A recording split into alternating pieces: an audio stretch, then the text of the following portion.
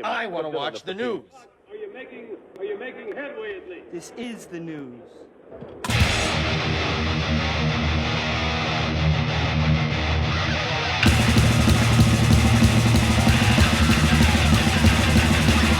Well, smack 'em a gob, it's time for the only news that matters. And as Kiss approaches the final leg of the End of the Road farewell tour, singer Paul Stanley of Kiss is pushing back against criticism that the band's set list haven't had enough variety. He said, "I've heard some people complain that the set list doesn't change, but we put a set list together based on the people who are coming to one show," Stanley explains during an interview with UCR. He says, "The person who comes to one show, they don't know what's going to happen tomorrow or what happens at the next show. So, somebody sitting at home critiquing the set list is absurd." While Stanley concedes that some people will attend multiple end-of-the-road tour stops, he suggests that the majority of the fans will make it only one concert.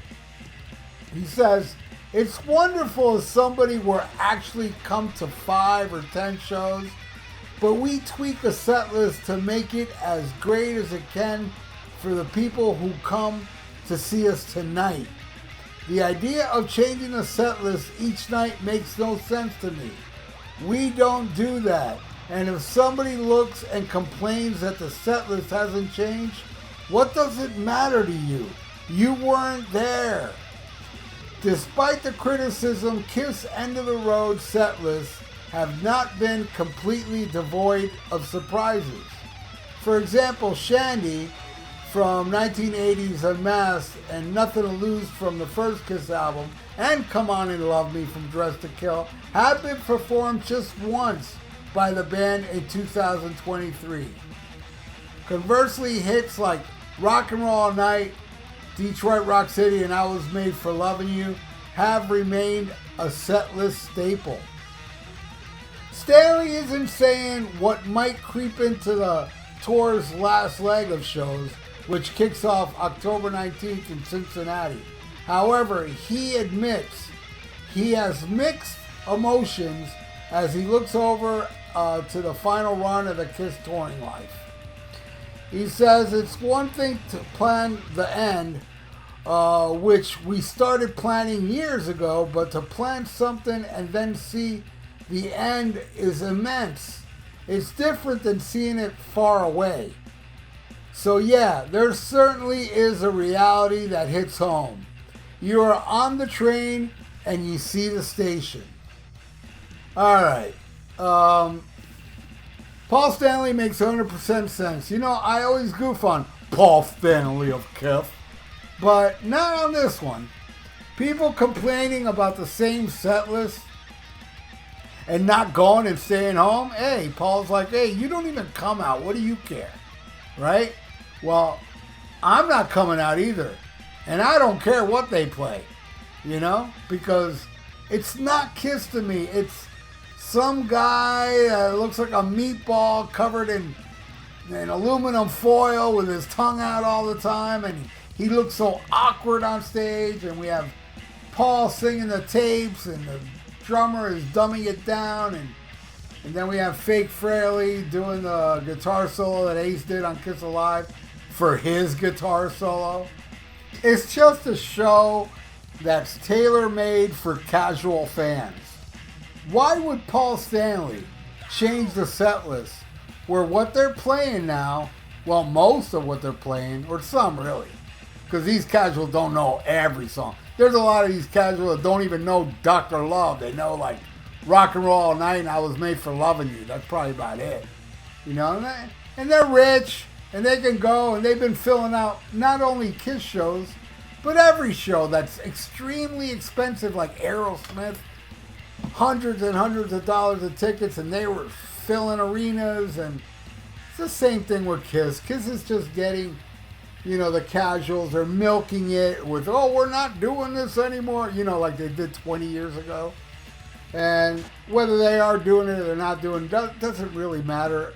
I don't like Kiss anymore, man. I like old Kiss. I don't like seeing this lineup live. I never have. I've seen Scab Kiss a few times, thanks to my friend Kenny that got me a couple tickets, and then the last show with somebody else got me a ticket to the Monster Show.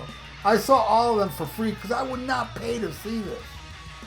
And every one of those shows, it was like, The Rock the Nation was probably the best one out of them all because they threw out a couple of rare tracks. But still, it's not Kiss to me. Tommy Thayer is not Ace Frehley. And Cheater Chris, Eric Singer, is not Peter Criss. They're both different musicians, and they may be technically better to a lot of you out there that always use that excuse.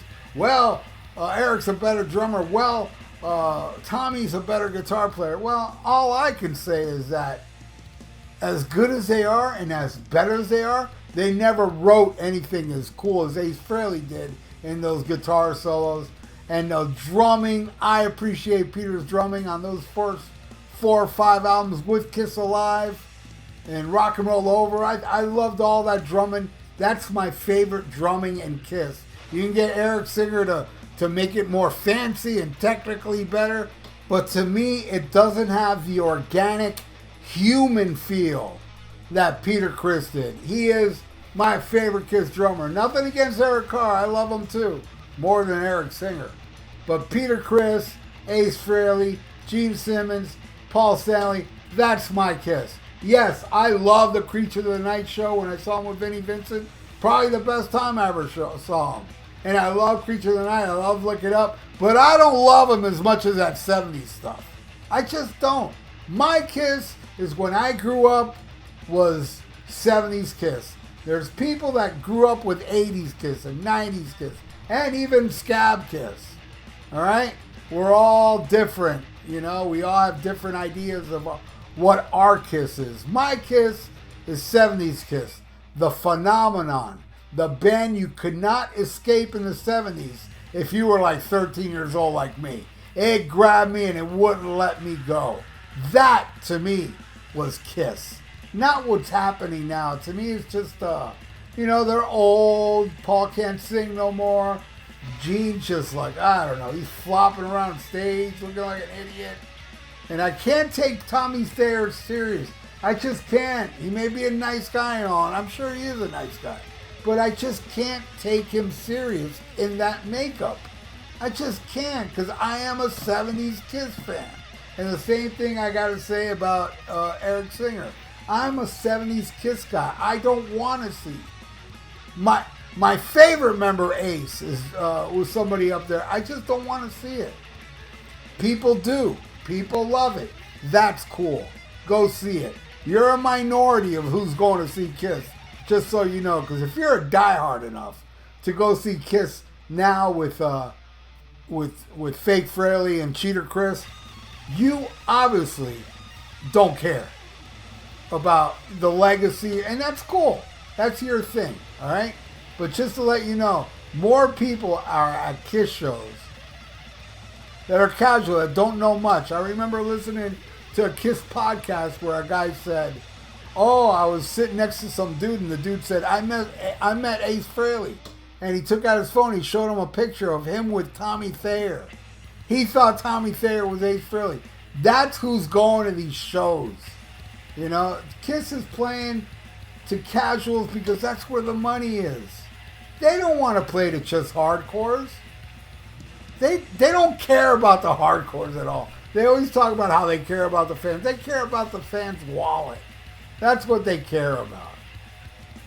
If they really cared about the fans, they would pay Ace Frehley and Peter Criss what they deserve so they can go out on those final shows. But they won't. They won't do that. And they'll say to the press, oh, we asked Peter and Ace to come, making it look like, oh, it's their fault they're not going to be there because they were asked. But I'm sure they both said, how much? And they didn't say the magic number. you know, and they were like, no, no, no, no, I'm not coming out. So they pretend like, oh, Ace, we invite them. They just said no. No, they'd be there if you pay the right amount of money. I know at least Ace would, because Ace actually said he would do it for the right amount of money. He would get up on stage with Tommy Thayer makeup. He said he would. I think it was on Eddie Trunk. I heard him say that, which is so blasphemous. I mean, these guys are kids. Well, at least Peter Criss is staying out of this whole mess. But whatever. The set list should stay as it is, because that is a show for just casuals, and hardcores like me just don't matter. And even if they brought Ace and Peter back, I don't want to go see it. I don't want to hear Paul singing the tapes.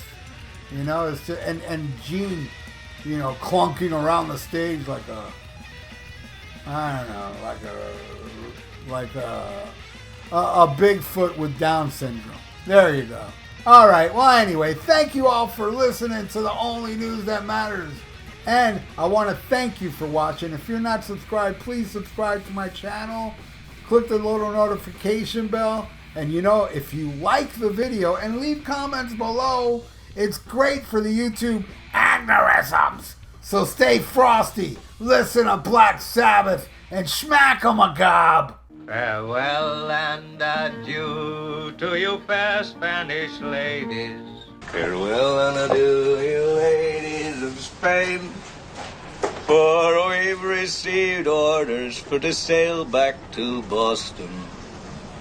And so never more shall we see you again.